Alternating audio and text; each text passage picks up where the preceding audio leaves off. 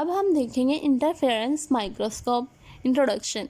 An interference microscope is a type of optical microscope that uses the interference of light waves to produce highly detailed image of the specimen. इसमें क्या करते हैं हम लोग interference को use करते हैं और हम हाईली डिटेल्ड इमेज को प्रोड्यूस करते हैं. अब हम देखते हैं कि इंटरफेरेंस का मतलब क्या है. जैसे ये कुछ लाइट रेज आ रही हैं, ठीक है, इस तरह से, और कुछ लाइट रेज इस तरह से आ रही हैं. ये जब आपस में आके एक दूसरे के क्लोज आना शुरू हो जाएंगी तो ये आपस में टकराएंगी, ठीक है. जब ये टकराएंगी ना, कुछ जगह पे इनमें पॉजिटिव इंटरफेरेंस होगी और कुछ जगह पे नेगेटिव. मतलब कुछ जगह पे ये रिस्पॉन्स प्रोड्यूस करेंगी और कुछ जगह पे रिस्पॉन्स, मतलब कुछ जगह पे क्या होगा, हमारे पास रिस्पॉन्स प्रोड्यूस होगा, हमें लाइट के बैंड्स नज़र आना शुरू हो जाएंगे, ठीक है. लेकिन जहाँ पे रिस्पॉन्स ज़ीरो होगा वहाँ पे हमें लाइट का बैंड नज़र नहीं आएगा, ठीक है.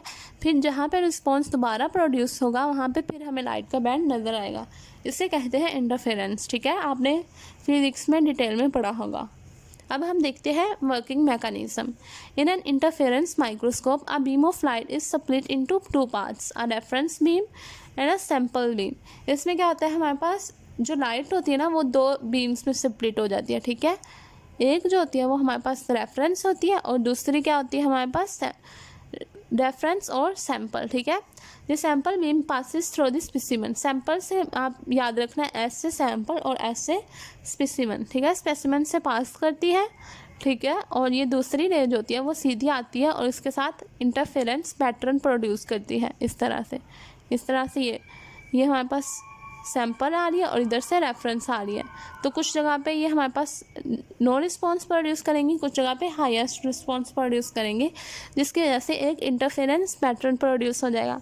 This pattern is then magnified and projected onto a screen और camera producing highly detailed image of the specimen. इसमें हम क्या करेंगे, एक मैग्नीफाइड और जो हमारे पास पैटर्न होगा उसको देखने के लिए स्क्रीन यूज़ कर सकते हैं या कैमरा यूज़ कर सकते हैं. यूजेस क्या है इसके. Can be use to visualize a variety of specimens including biological samples, semiconductors, ठीक है. ये सेमीकंडक्टर्स को देखने के लिए यूज़ होती है, बायोलॉजिकल सैंपल्स को देखने के लिए यूज़ होती है.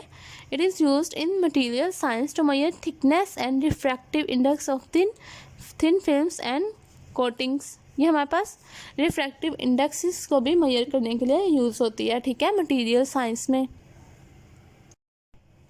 अब हम बुक से देखेंगे इंटरफेरेंस माइक्रोस्कोपी को.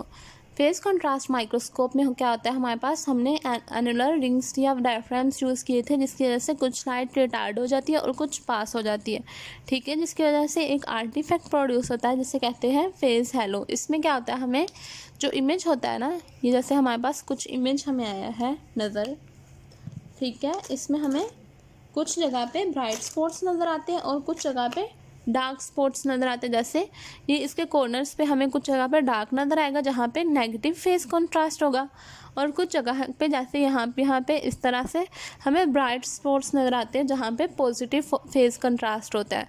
तो इस आर्टिफैक्ट को दूर करने के लिए हम इंटरफेरेंस माइक्रोस्कोपी को यूज़ करते हैं, जिसमें हमने पढ़ा था कि दो तरह की वेव्स होती हैं, एक सैंपल होती है और एक रेफरेंस होती है. जो सैंपल वेव होती है वो सैंपल के अंदर से गुजरती है, ठीक है. जो रेफरेंस जो रे होती है ना वो सीधा गुजर जाती है, सैंपल के अंदर से नहीं गुजरती. फिर जब उनका इंटरफेरेंस होता है ना, उससे इंटरफेरेंस पैटर्न जो प्रोड्यूस होता है उसको हम लोग मेजर करते हैं. तो इसकी वजह से क्या होता है, हमारे पास refractive index, dry mass of cells and section thickness, ये सब कुछ इम्प्रूव हो चुका है, ठीक है.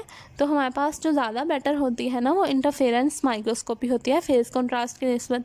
लेकिन इनका प्रिंसिपल ऑलमोस्ट सिमिलर होता है, बस डिफरेंस ये है कि इसमें एक जो रे होती है वो सैंपल में से नहीं गुजर पाती, ठीक है, और दूसरी जो रे होती है वो सैंपल में से गुजरती है, जिसकी वजह से कोई भी आर्टिफैक्ट या डिफेक्ट प्रोड्यूस नहीं होता.